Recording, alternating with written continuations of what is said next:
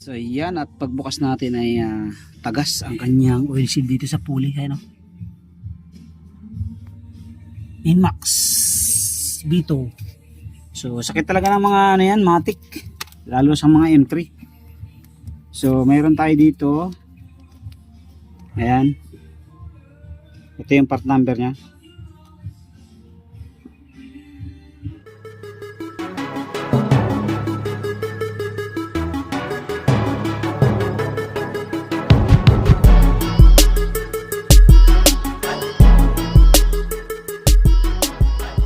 Dito naman tayo sa isang Inmax na naman. Buksan mo yung ano, compartment. Iyan mo natin. Ay mamaya natin i-scan.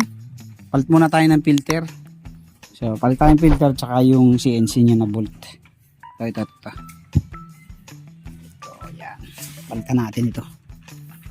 Kasi pangit na yung kanyang ano, bolt. Palitan natin.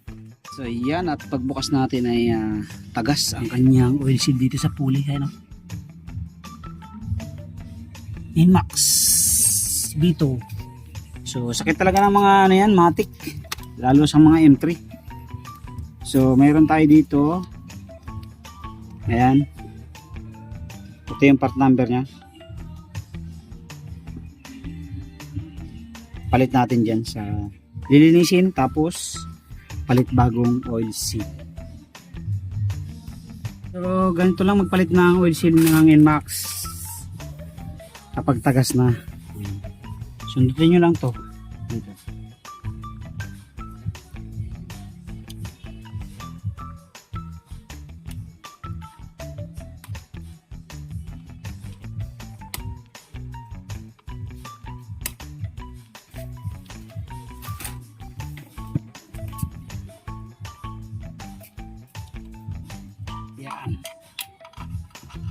Yan, ganyan lang, simple. Tapos linisan nyo lang.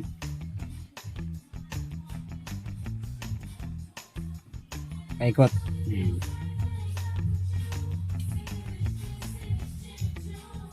Para mawala yung mga dumi-dumi.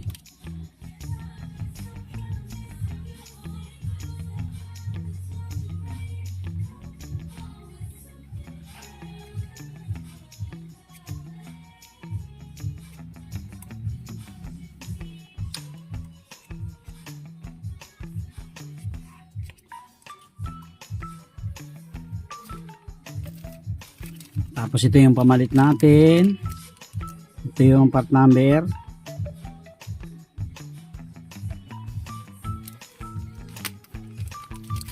So may technique ako dito paano magkabit. So ginagawa ko, nilalagyan ko ng dikit yan para hindi agad tumagas.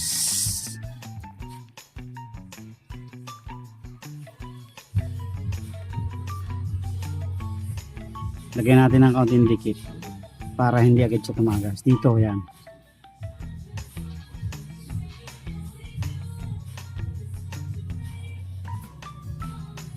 Kasi pagka wala, minsan natagas agad. Kasi yung mga aftermarket na ganito, kahit Urig Yamaha, ay hindi na sing quality talaga ng stock.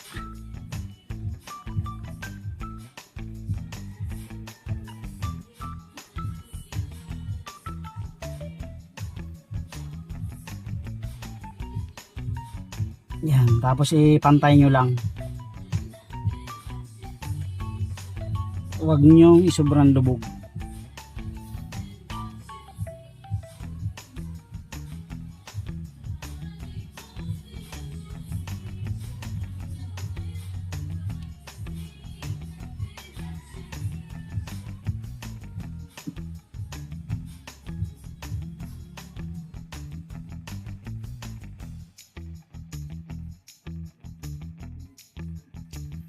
Yan. Pantay nyo lang dun sa ano, surface ng nito. Okay, so yun lang. Ganun lang kasimple magpalit. Hindi nyo na kailangan baklasin yung tornilyo na yan, kasi pag binaklas nyo maglilik pa dito yan eh. Okay, testing ulit. Mga ganyan mga palo ng belt, okay na okay yan.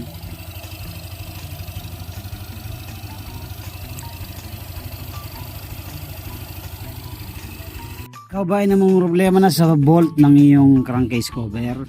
So katulad dito, ayan, na worn out na. Ayan, hindi na halos mabuksan ng Phillips screw. Pues ito na yung sagot sa problema mo. Ayan, nasa yellow basket natin yan. So 6 na piraso yan para dyan sa crankcase. Check out mo na dyan sa yellow basket natin. So ayan mga kaditat, nagpalit tayo ng bagong crankcase bolt dito sa crankcase cover natin. Ayan, so kung mapapansin nyo, sira na mga bolt nyan. Ayan na, worn out na. So nagpalit tayo ng CNC na hang NMAX Aerox. Ayan, is na yan.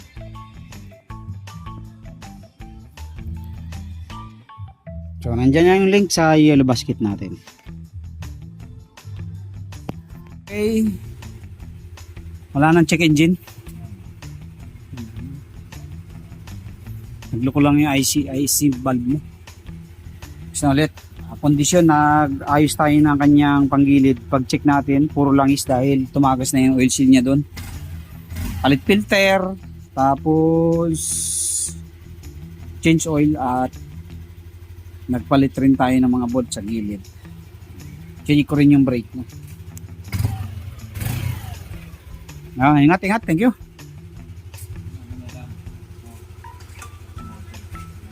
Oo.